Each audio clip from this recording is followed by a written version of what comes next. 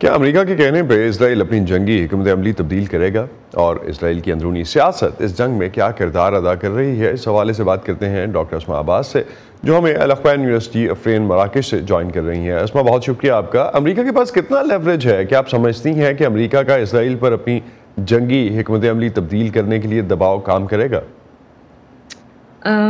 شکریہ اسد۔ اب اس وقت جو میں سوچ رہی ہوں وہ یہ ہے کہ نہیں، یہ مجھے نہیں لگتا یہ ممکن ہے اس وقت۔ جس طرح سے کل ہم نے لوئڈ آسٹن صاحب کو وہاں اسرائیل میں دیکھا ہے بات چیت کرتے ہوئے، تو بجائے اس کے کہ جو بھی پچھلے کچھ دنوں میں پریزیڈنٹ بائیڈن نے کچھ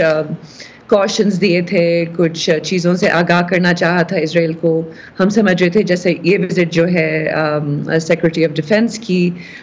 کہ وہ اسی میسج کو، اسی پیغام کو وہ افرم کریں گے اور اس کو اور مطلب وہ سوچ مستحکم کریں گے وہاں جا کے۔ لیکن جو مجھے نظر آ رہا ہے وہ یہ کہ بالکل ہی فرق ان کی ڈسپوزیشن تھی۔ جو بھی پریس کانفرنس کا اگر آپ دیکھیں تو ایک مطالعہ کرنے والی شخص ہوتے ہوئے مجھے تھوڑا سا میں بتانا چاہوں گی ہمارے جو ہیں سننے والے کہ اگر آپ اس ایکسچینج کی ٹرانسکرپٹ دیکھیے تو اس کے اندر آپ کو فلسطین کا لفظ ایک دفعہ بھی استعمال نہیں ہے، اس میں پیلسٹینینز کا لفظ جو ہے وہ میرے خیال سے 10 مرتبہ استعمال ہوا ہے، جو کہ صرف لوئڈ آسٹن صاحب نے کیا۔ گلانٹ جو ہیں وہاں کے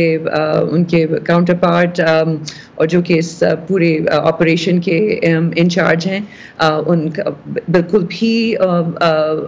وہ اس جانب جا ہی نہیں رہے۔ 2 اسٹیٹ سولوشن جو کہ ہم بہت سارے ہمارے سوچ رکھنے والے لوگوں کے لیے ایک بہت ہی ڈسٹنٹ سی چیز تھی کہ ہم اس پہ کیوں کمپرومائز کریں، ہمیں ایکچولی آزادی چاہیے،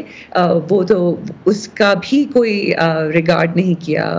جو بھی ان کے اسرائیلی انٹرلاکیوٹرز تھے۔ اس کے علاوہ عرب ملکوں کا کوئی کہیں دور تک پتہ نہیں ہے،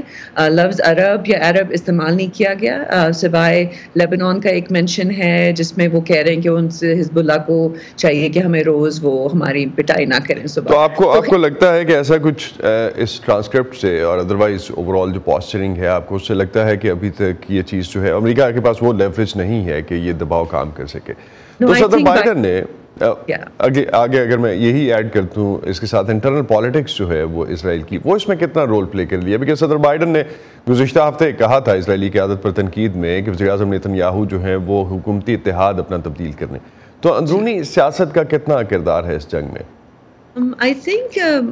یہ تو ہمیں معلوم ہے کہ نیتن یاہو صاحب کی جو گورنمنٹ ہے یا ان کی جو پولیٹیکل زندگی ہے وہ ختم ہے اس وار کے بعد، کہ وہ کوئی فیوچر اس پہ نہیں ہے۔ لیکن جب ہم اس طرح کی ہم اپنے پاکستان کو دیکھ لیں یا کہیں دیکھ لیں، جب ہم لوگوں کی سیاسی زندگی کی یا حیات کی بات کرتے ہیں تو رسپانس تاریخ سے یہی آتی ہے کہ ٹھیک ہے، آپ اس کو ایک طرح سے وہ ختم ہو جائیں گے لیکن وہ کسی اور طرح سے زندہ رہیں گے، ٹھیک ہے۔ تو جب ہم سوچتے ہیں کہ اسرائیل کے اندر نیتن یاہو، کیونکہ ہمارے بہت دوست ہیں جو اسرائیل واپس گئے، جنہوں نے کہا کہ ہم جو ہیں وہ ہم اسرائیل کو نیتن یاہو سے بچانے جا رہے ہیں، ہمارے سوشلسٹ روٹس ہیں، ہمارے دوسری طریقے کے پیسیفسٹ زائنسٹ روٹس ہیں، which sometimes can be an oxymoron, but there were people, there's a vibrant left in Israel جو کہ بائیں بازو کی وہاں پہ جو قوتیں ہیں جو اکٹھا نہیں ہو پا رہی، اور جو کہ جیسے بین الاقوامی لیفٹ جو قوتیں ہیں انہی کی طرح دے آر فیلنگ، کیونکہ وہ کوئی کلیکٹیو اسٹریٹجی نہیں بنا پا رہی۔ اور چاہے نیتن یاہو کی گورنمنٹ کے کچھ ہی دن باقی ہوں، لیکن مجھے جس طرح سے میں ہسٹری کو دیکھتی ہوں یا جو بھی مطالعہ ہے، اس سے یہ پتہ چلتا ہے کہ اس کے بعد جو آنا ہے وہ اس سے قدرے بہتر نہیں ہوگا. جس طرح بھی ہم دیکھ لیں امریکہ کی اپنی انٹرنل پالیٹکس پہ میں جانا چاہوں گی ایک سیکنڈ کے لیے, کیونکہ اگر ہم دیکھیں کہ 9/11 سے لے کے آج تک کتنے ہمارے امریکی دوست جو کہ اچھی سوچ رکھتے ہیں, اچھی ہمارے ساتھ کھڑے ہیں دنیا میں, لیکن وہ بھی کوئی خاطر خواہ تبدیلی نہیں لا پائے امریکی فارن پالیسی میں, جس سے ہمیں پتہ چلتا ہے کہ امریکی قیادت جتنی بھی ہم نے بدلی ہیں محنت کر کے, چاہا کہ اچھا کوئی ڈیموکریٹک گورنمنٹ آ جائے یا کچھ, کہ جو ہسٹری کے جو را ہے وہ تو اسی طرف جاری ہے کہ چاہے جو قوتیں ہیں وہ ایک طرح سے منہ کی بھی کھائیں گی, لیکن ان کے پاس یہ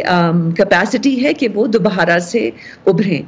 تو اگر ایک چیز میرے پاس 2 منٹ اور ہیں ڈسکشن کے لیے, and I would love to include 2 more points in this. اقوام متحدہ میں امریکہ پر جو غزہ کے معاملے پہ آنے والی قراردادیں ہیں, امریکہ اس کو ویٹو کرتا ہے, اس پہ تنقید ہوتی ہے امریکہ پہ.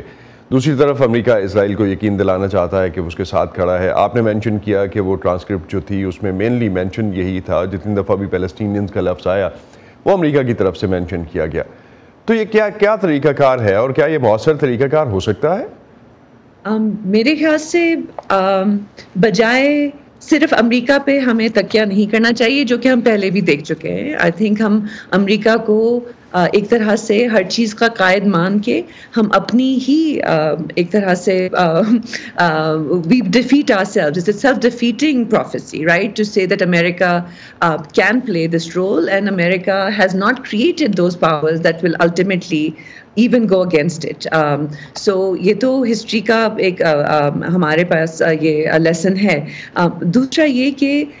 جب تک عرب طاقتیں اور جب تک باقی جو ہیں, ہم نے اسپین میں دیکھا ہے, ہم نے فرانس دیکھ رہے ہیں, ہم انگلینڈ دیکھ رہے ہیں, کیمرون جیسا آدمی اب سیز فائر کی بات کر رہے ہیں, تو یہ دس از این امپورٹنٹ مومنٹ کہ ہم امریکہ کو تھوڑا سا ڈی سینٹر کر کے انٹرنیشنل پالیٹکس کی طرف دیکھیں, اور یہ دیکھیں کہ باقی سب لوگ کیوں چپ ہیں, وہ کیوں امریکہ کے اثر کے اندر ہیں, کیونکہ امریکہ نہ ایک مؤثر قیادت ہے اپنے لوگوں کے لیے اور نہ باہر والوں کے لیے. تو آپ سمجھتی ہیں کہ امریکہ پہ تکیہ نہیں ہو سکتا. بہت بہت شکریہ ڈاکٹر اسماء, وقت کی کمی ہے ورنہ اس ڈسکشن کو آگے بڑھاتے. بہت شکریہ آپ کا ہمیں جوائن کرنے کا.